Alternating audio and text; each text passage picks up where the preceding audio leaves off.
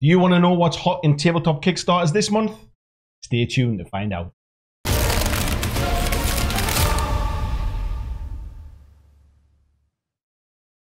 Hi folks, welcome back to the channel.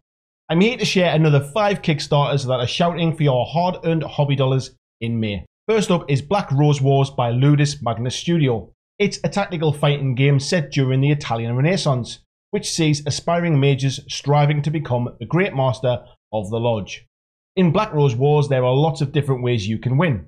It's up to you to find the method that best suits your strategy by successfully completing missions, defeating the enemy mages, or destroying the rooms of the lodge. But be aware, because the lodge may get the better of you.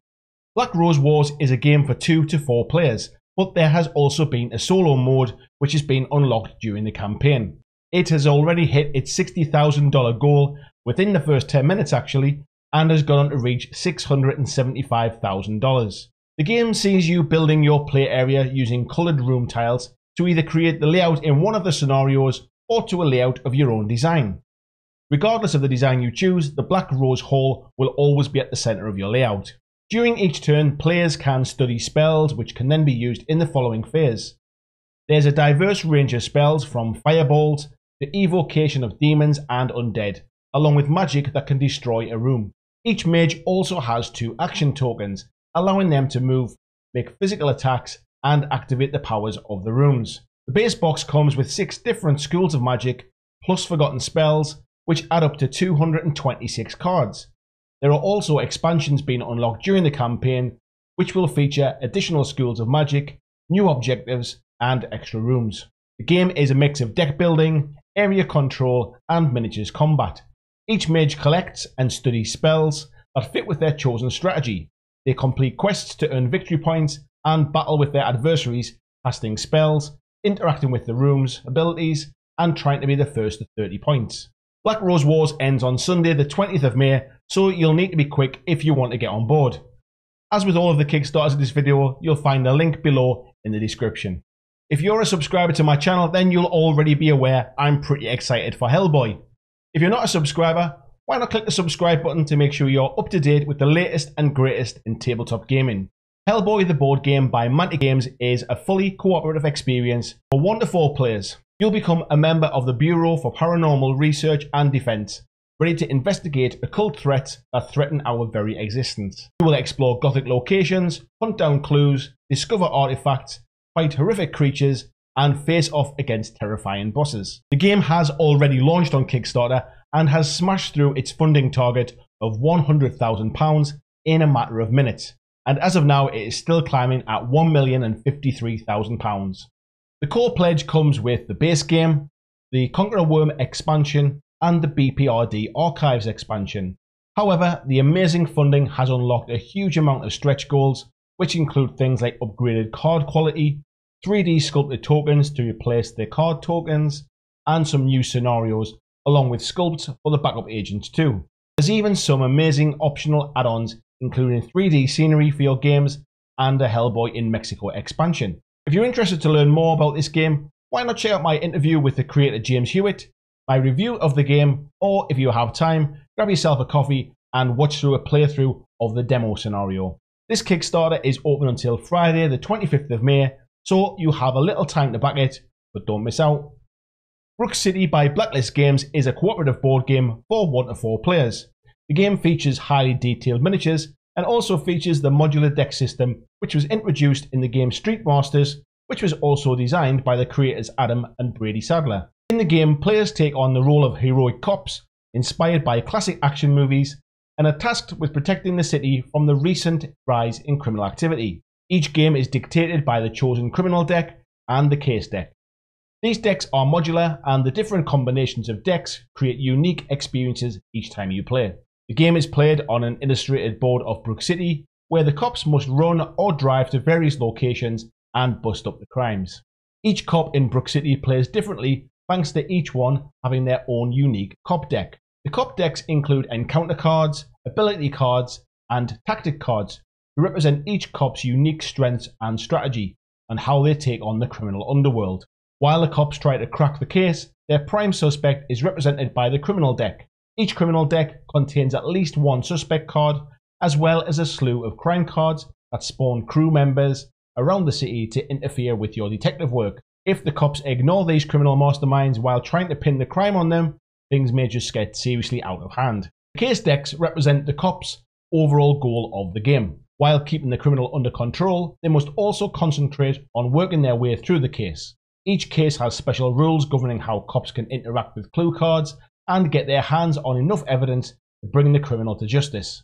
In addition to clue cards, case decks include a variety of events that are designed to hinder the cops or punish them for not making enough progress solving the case. The game comes with some great looking miniatures, and the cops available, there's some definite inspirations from movies like Lethal Weapon, Beverly Hills Cop, Training Day, and Hard Boiled, not to mention a certain Miss Congeniality. There's optional expansions which feel inspired by Miami Vice and the film Speed, so you can really feel the vibe that this game is all about. I also really like the art style which has been created for this game, and it gives it a very Grand Theft Auto type feel, which personally I think fits with the game perfectly. The game again has also already launched and is broken through its funding goal of $60,000 and is now sitting nicely at $84,000. So why not head over and check it out? You have until Tuesday the 29th of May to get in on the action with this one. Skull Tales Full Sail by Eclipse Editorial is a semi-cooperative pirate adventure board game for 1 to 5 players. The approximate playing time in the campaign mode is between 60 and 90 minutes for one scenario and about 150 minutes for a complete chapter. This includes the voyage phase, adventure phase, and port phase. The game also includes 52 miniatures, not counting the stretch goals, which has now taken it to over 80. During the voyage phase, which simulates being on a pirate ship, you'll be managing the crew that makes up your ship while exploring the map on the way towards your objective, or objectives. The captain might have a hidden agenda that he or she is keeping from the rest of the crew. Throughout this phase, characters will take on different jobs, like steering the ship, managing boarding actions, cleaning up, or even fighting sea creatures. The idea is to gain the confidence of the crew, which will depend on how good they are at dealing with all the dangerous events that you'll be facing together. Unfortunately, but not surprisingly, there are a lot of things that can negatively affect the crew's morale, like hunger, losing battles, or unexpected events. If morale suffers too much, another pirate can organize a mutiny, take over the captaincy, and benefit from its many privileges. In the adventure phase, you'll explore mysterious islands, dangerous caves, and abandoned temples. You'll also have the chance to pillage colonial villas and find legendary objects.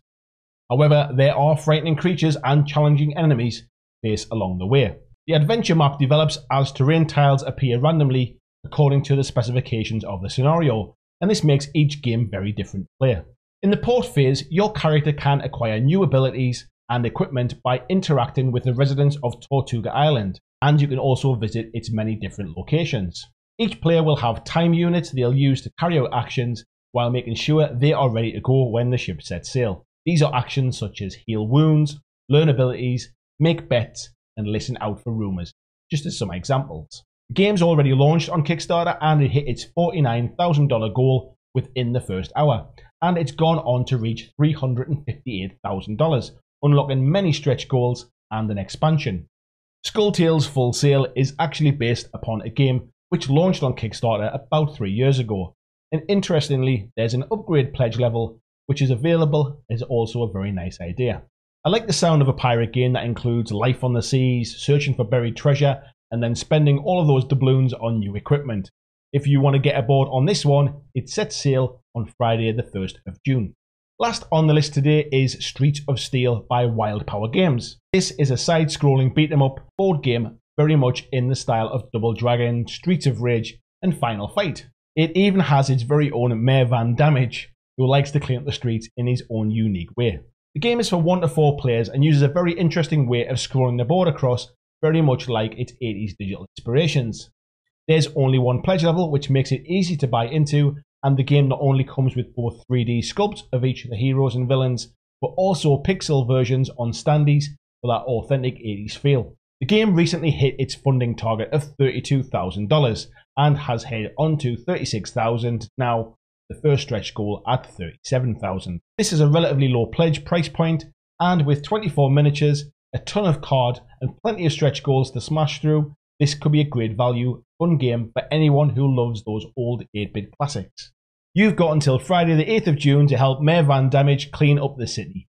So that's it for another monthly roundup of Kickstarters. Let me know down in the comments what you think of these games. Let me know if I've missed any, and let me know any that you're looking forward to next month. Thanks for watching, and I'll see you in the next video.